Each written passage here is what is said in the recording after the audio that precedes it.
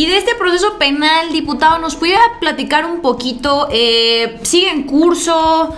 La Suprema Corte es aliado del INE en estos momentos. ¿Qué puede proceder para estos 6 consejeros? ¿Están nerviosos por este tema que, bueno, pues también hizo ahora sí que respirar gordo a Lorenzo Córdoba el día de ayer? Mira, yo creo que el tema penal está en la Fiscalía General de la República. La verdad es que cuando salí como presidente de la Cámara, pues se le quedan dando seguimiento las áreas de aquí de la Cámara. ¿Qué te diría yo? ¿Cuál es el tema que veo hacia futuro? Que ha estado mucho en los medios y el cual tú también has mencionado ahí en redes sociales. El tema de la liquidación o de su finiquito. ¿De cuánto va a ser? Y hace un momento hablaba con otro compañero tuyo, periodista, y yo le decía algo. No comamos ansias.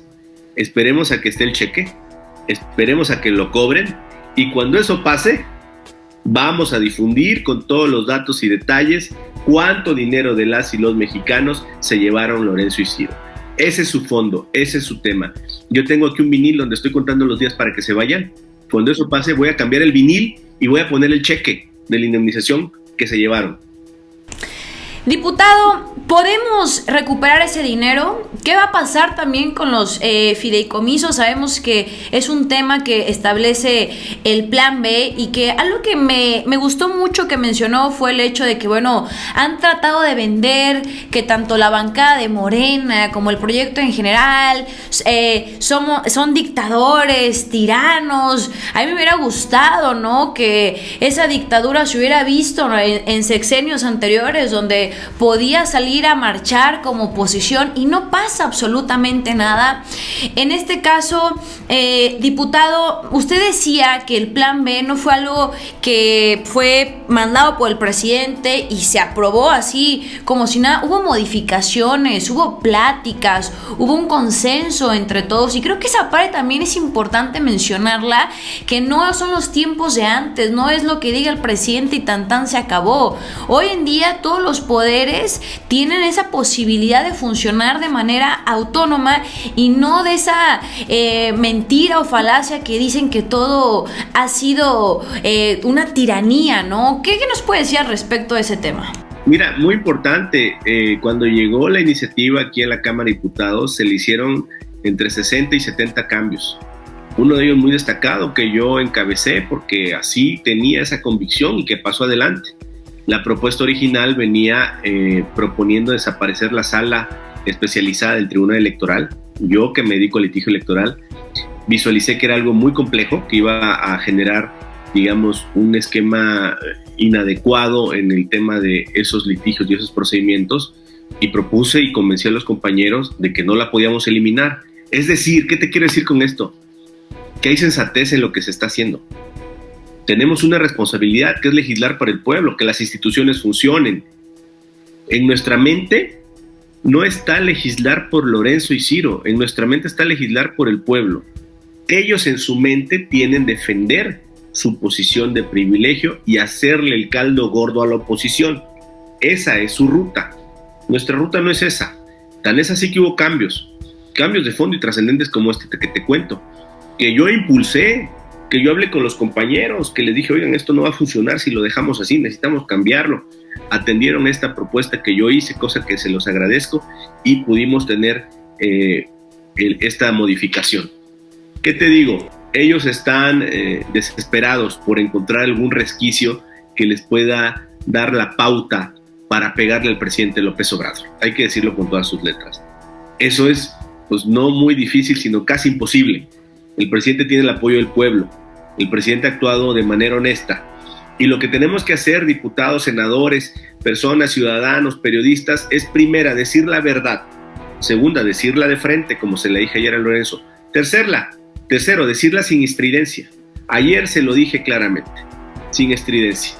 Él cayó en la vulgaridad al decir que no iba a hacer eso, y sus comentarios lo reflejan o lo pintan de cuerpo entero como es él, clasista y racista, al decir que quien no va a tal escuela no estudió tanto, y que quien no leyó, y que él sí sabe contar y otros no. Esos actos solo evidencian lo que escuchamos hace algunos años en aquella grabación donde se refiere denostando a compañeros y compañeras indígenas, que si no mal recuerdo eran de Guanajuato. Esos Lorenzos y Ciros ya no queremos. Y nosotros vamos a dar la batalla en cualquier ámbito. ¿Con qué? Con documentos, con argumentos, directo de frente, sin chismes, sin estridencias, contundentemente. Ayer se lo dijimos y se lo volvemos a decir o lo volveremos a decir en cualquier foro. Diputado, y ya nada más para concluir, yo ahí sí traigo una preocupación, el hecho, bueno, de que vemos que se han presentado ya alrededor de 140 amparos por parte de personas que trabajan en el INE.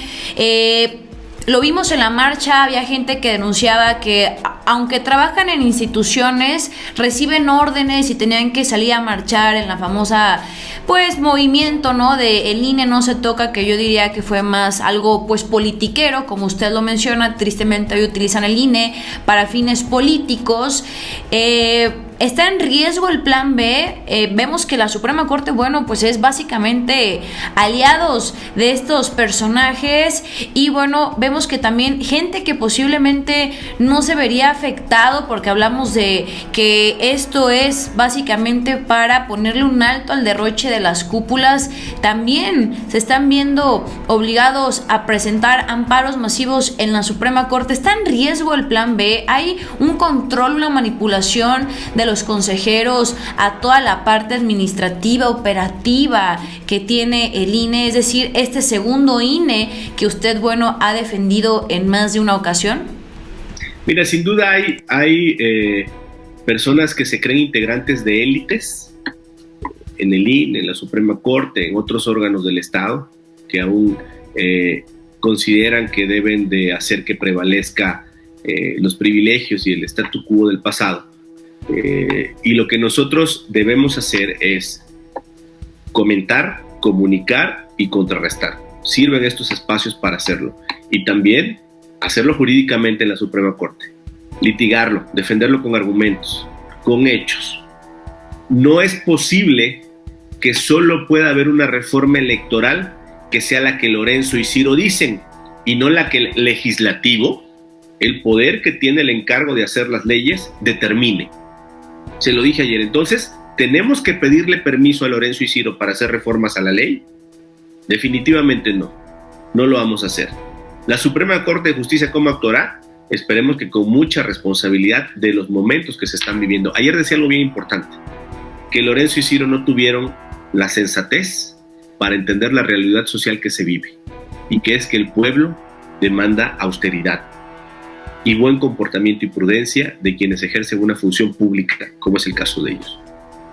Diputado, pues muchas gracias por esta oportunidad de estar platicando con usted a través de las redes sociales. Tenemos ahorita un muy buen rating en redes, ya somos más de 10,000 personas conectadas en este momento. Creo que la respuesta es evidente del pueblo, que lo que quiere ahora sí y directamente son instituciones austeras que sean acordes a lo que, bueno, pues refleja el pueblo mexicano y lo que reflejamos los mexicanos, que nosotros no somos corrupción, no somos derroches, nosotros estamos luchando por una transformación y bueno, pues aquí estaremos apoyando, informando y bueno, le agradezco la oportunidad y el espacio.